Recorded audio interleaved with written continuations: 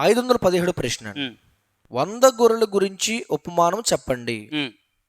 సొలొమోన్ రాజు గారు కర్నూలు.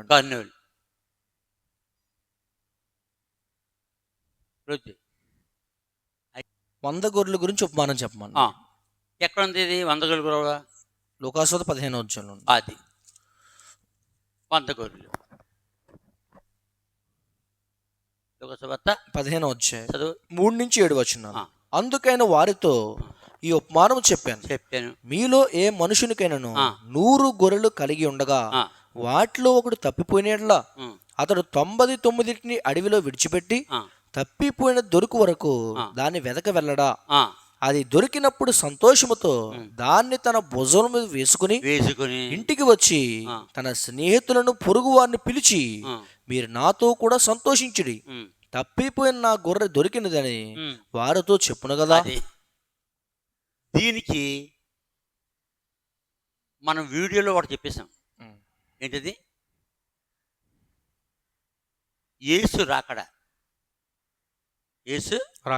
రాకడలో కూడా చెప్పాం. ఇంకోటంటే దేవుని చివరి ప్రణాళిక ఉంటుంది. అంటే దేవుని చివరి ప్రణాళిక మన వీడియోలో ఒక వీడియో ఏంటి, దేవుని చివరి ప్రణాళిక చెప్పేశాం. అది జాగ్రత్తగా చూసుకోవాలి. దాంట్లో అందులో ఉంటుంది ఇది. లూకాసు 15వ అధ్యాయం. అంటే 100 గొర్రెలు అంటే ఏంటి? దేవుడు ఎంతమందిని పుట్టించాడో వాళ్ళందరూ గొర్రెలు 100 గొర్రెలకి సమానం. 100 గొర్రెలు ఇంటూ మిలియన్, ట్రిలియన్, బిలియన్ ఉన్నది కదా. ఆదాము నుంచి యేసు రెండో రాకడా వచ్చేవారు ఎంతమంది ఉన్నారు? అంతమంది అందరూ కూడా 100 మందికి సమానం. ఒక గొర్రె తప్పిపోయింది, 99 ఉన్నాయి. అంటే అర్థం ఏంటి? ఇంతమందిని పుట్టించాడు, ఒక్కడ తప్పిపోయినా అతన్ని కూడా దేవుడు అతను ఏం చేశాడు? 99 గొర్రెలు విడిచిపెట్టి అడవిలో విడిచిపెట్టి మళ్ళీ వెళ్ళి తప్పిపోయింది దొరుకు వరకు దాన్ని వెదక వెళ్ళాడు. అంటే అర్థం ఏంటి?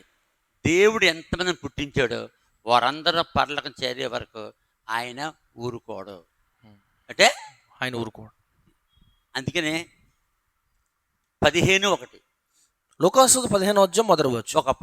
ఒకప్పుడు సమస్తమైన సుంకరులను పాపులను ఆయన బోధ వినుటకు ఆయన దగ్గరికి వచ్చుచుండగా, అది సమస్తమైన సుంకరులను పాపులను ఆయన బోధ వింటకు ఆయన దగ్గరికి వచ్చుచుండగా పరిశీలన శాస్త్రులను అది చూచి ఇతడు పాపులను చేర్చుకుని వారితో కూడా భోజనం చేయుచున్నాడని చాలా సనుగుకొండ్రి. ప్రపంచంలో పాపులు ఎంతమంది?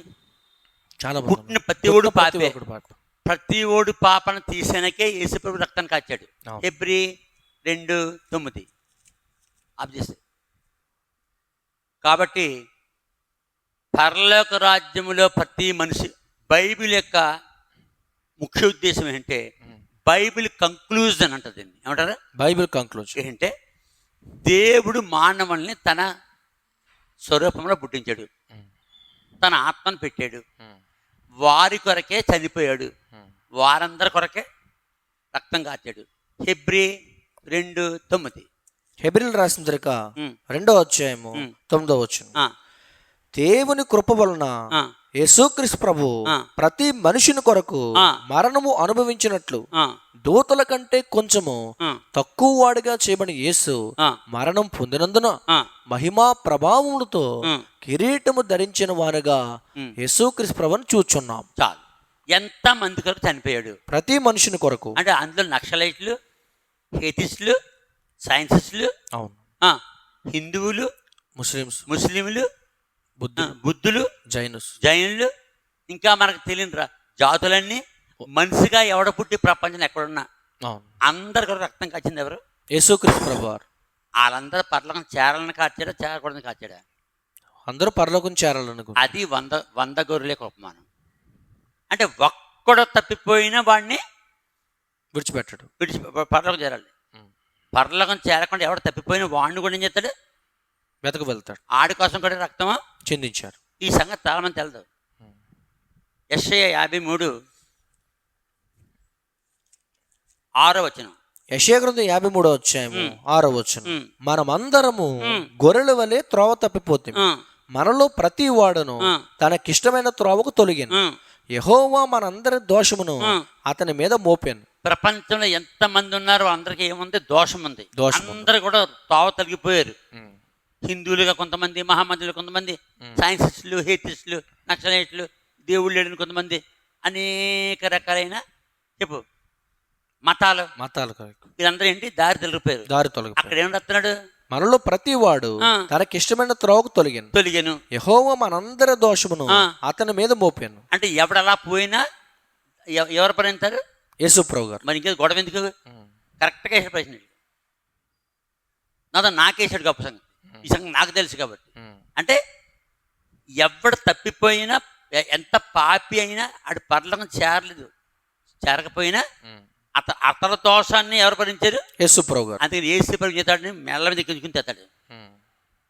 ఆడు రాడు. తప్పిపోయింది వచ్చిందా రాలేదు, అక్కడ వెళ్ళి వెతికి అది యేసుప్రభు చేసే పని. అంటే ఎవడు కూడా పరలోకం చేరకుండా ఉండకూడదు. అంటే ఎవరు పరలోకం చేరకుండా ఉండకూడదు. వాక్యం చాలా ఖచ్చితంగా ఇక్కడ రాయబడి రాశాడు. 1 తిమోతి 2:6. 1 తిమోతిలో రాసిన 2వ అధ్యాయము 6వ వచనం. ఈయన యేసుక్రీస్తు ప్రభువారు అందరి కొరకు, యేసుక్రీస్తు ప్రభు అందరి కొరకు విమోచన క్రయధనముగా తనను తానే సమర్పించుకొనెను. ఎంతమంది కొరకు? అందరి కొరకు. ఈ కాపరి, ఈ గొర్రెలు కాపరి ఎన్ని గొర్రెలకి కాపరే? 100 గొర్రెలకి. ఆ 100 గొర్రెల్లోనూ ఒకటి తప్పిపోయిందంట. తప్పితే వదిలేచ్చు కదా 99నే. కానీ అది కూడా చేరాలి. అంటే మొట్టమొదటి మానవుడు ఎవడు? ఆదాము. మొదలుకొని క్రీస్తు పూర్వం 4000, క్రీస్తు శకం 2025, ఇంకా ఆయన వచ్చే వరకు ఇంకెంతకాలం పడుతుందో? ఇంతమంది ఎన్ని కోట్ల మంది ఉంటారు? అంకెలు సరిపోతాయా? సరిపోవు. అందరూ పరలోకం చేరాలి. 1 తిమోతి 2వ అధ్యాయం 6వ వచనం. 2వ అధ్యాయం 6వ వచనం. యేసుక్రీస్తు ప్రభు అందరి కొరకు విమోచన క్రయధనముగా తనను తానే సమర్పించుకొనెను. దీన్ని గూర్చిన సాక్ష్యము యుక్త కాలములందు ఇయ్యబడును. కాబట్టి యేసు ప్రభు ఎంతమంది కోసం? అందరి కొరకు చనిపోయాడు. అందరికి పరలోకం చేరాలి. ఉందండి. ఎఫెసీయులకు 5:2. ఎఫెసీయులకు రాసిన 5వ అధ్యాయం 2వ వచనం. క్రీస్తు మిమ్మును ప్రేమించి పరిమళ వాసనగా ఉండుటకు మన కొరకు తనను తాను దేవునికి అర్పణముగాను బలిగాను అప్పగించుకొనెను. క్రీస్తు అంటే మామూలుగా కాపరి. 100 గొర్రెలకి కాపరి. అంటే ప్రపంచంలో ప్రతి మనిషికి కాపరి ఎవరు? యేసుక్రీస్తు ప్రభు. ఇంకా ఆయన పనండి. అందుకని వాళ్ళు ఎంత పాపం చేసినా, వాడు ఎంత ఒప్పుకోకుండా నరకానికి పోయినా, వాడిని కూడా ఏం చేయాలి? పరలోకము చేర్చుకోవాలి. ఇదే చెప్పేశాను నేను. ఎక్కడ? 107వ కీర్తన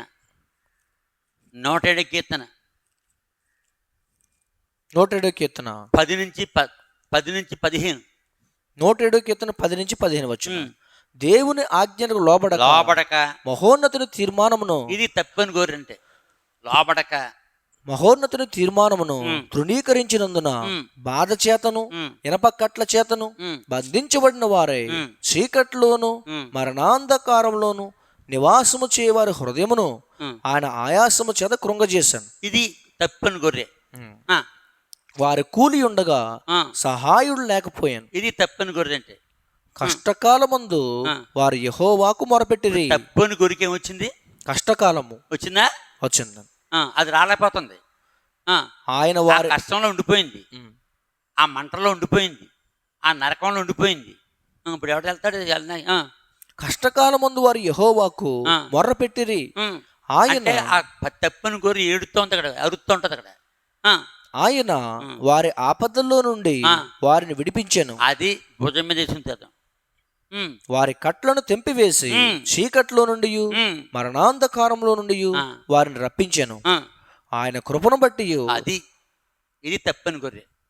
ఆయన కృపను బట్టి నరులకు ఆయన చేయు ఆశ్చర్యకారములు బట్టి వారి యెహోవాకు కృతజ్ఞతాస్తుతులు చెల్లించుదురుగాక. ఎవరైతే యేసు మాటలు నమ్మకుండా తప్పిపోయారో నరకానికి వెళ్ళిపోతారు, అగ్నిలోనికి వెళ్ళిపోతారు. అక్కడ ఏడుస్తారు వాళ్ళు. గొర్రె ఏం చేస్తుంది అక్కడ? ఏడుస్తుంది. అప్పుడు ఎవరు వెళ్ళలేదు అక్కడికి? యేసుక్రీస్తు ప్రభువారు. ఏసు కాలుతాడేంటి? ఏసు కాలదు కదా. కాలు. ఎక్కడ?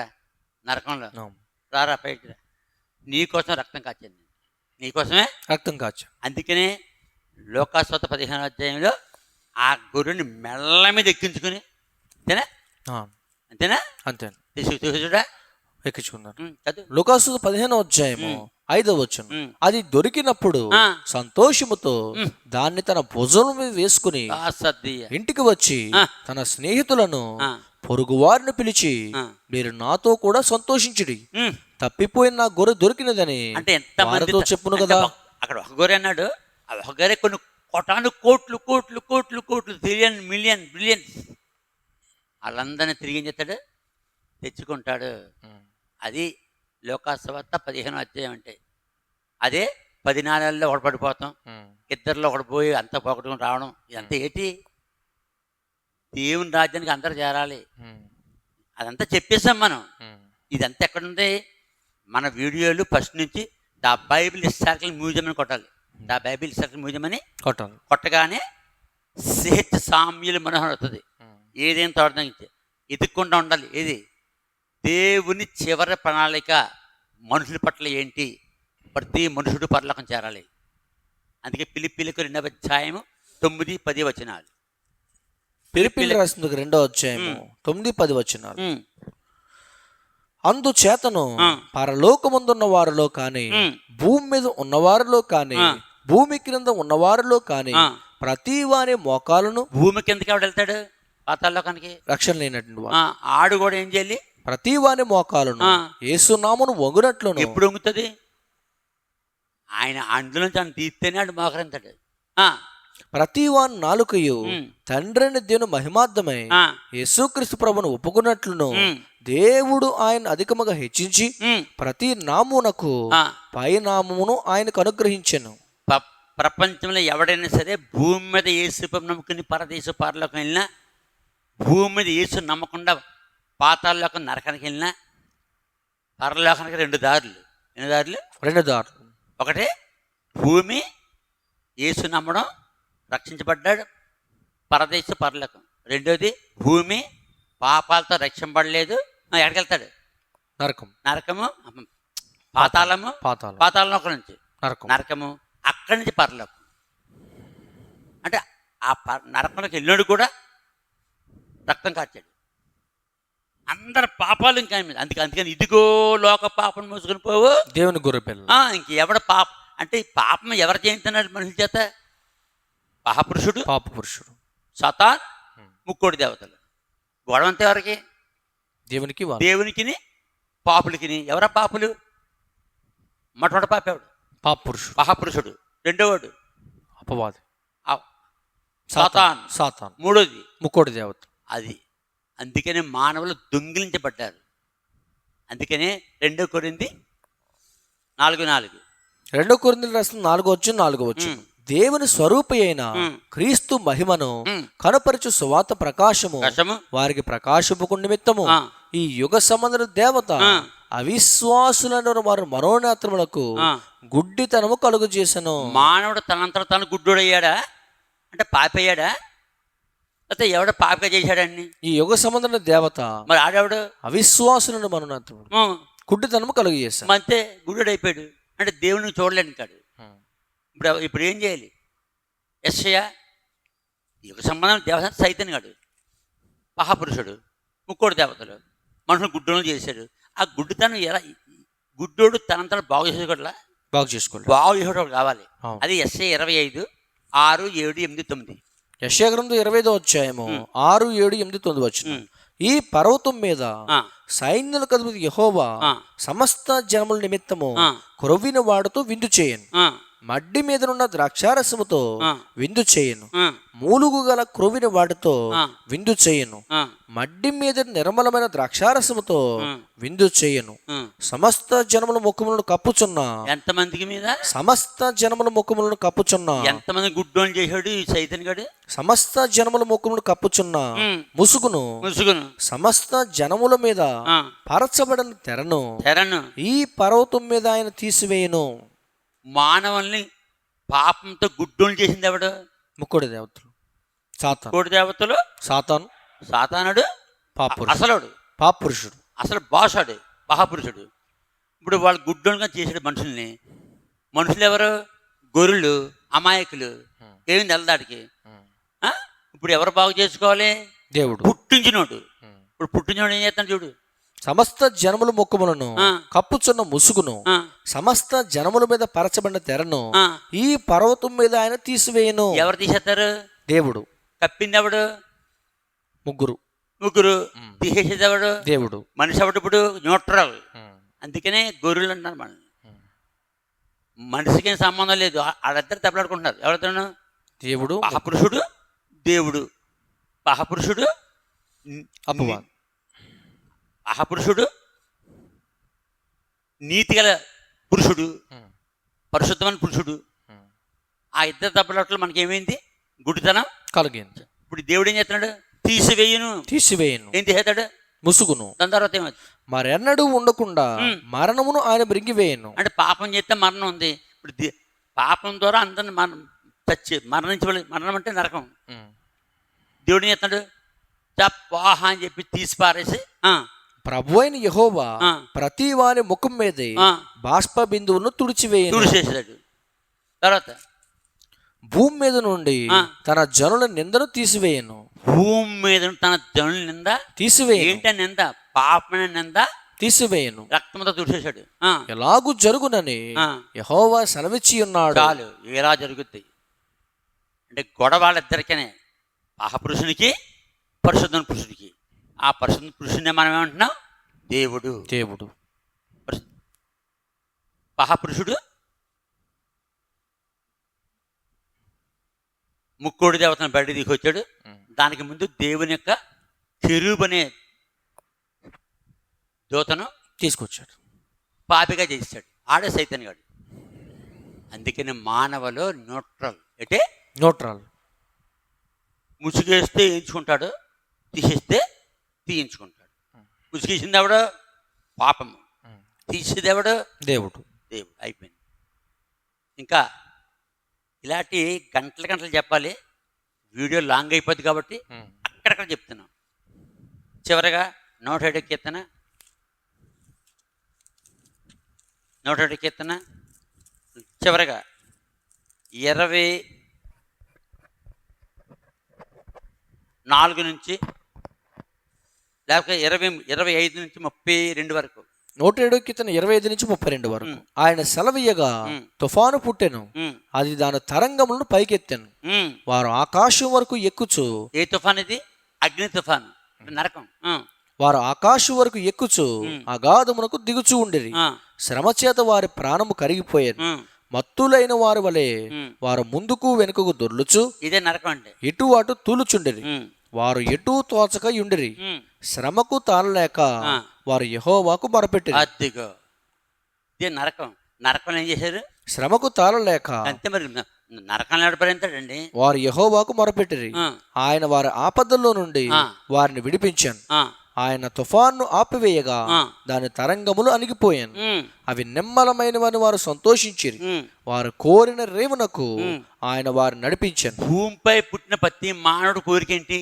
చచ్చిపోతే పరలోకం చేరాలి, మోక్షం చేరాలి, వైకుంఠం చేరాలి. అంతేనా? అంతే. వాళ్ళకి కోరిన రేవుకి ఇప్పుడు ఎవరు నడిపించున్నారు? దేవుడు వారిని నడిపించాను.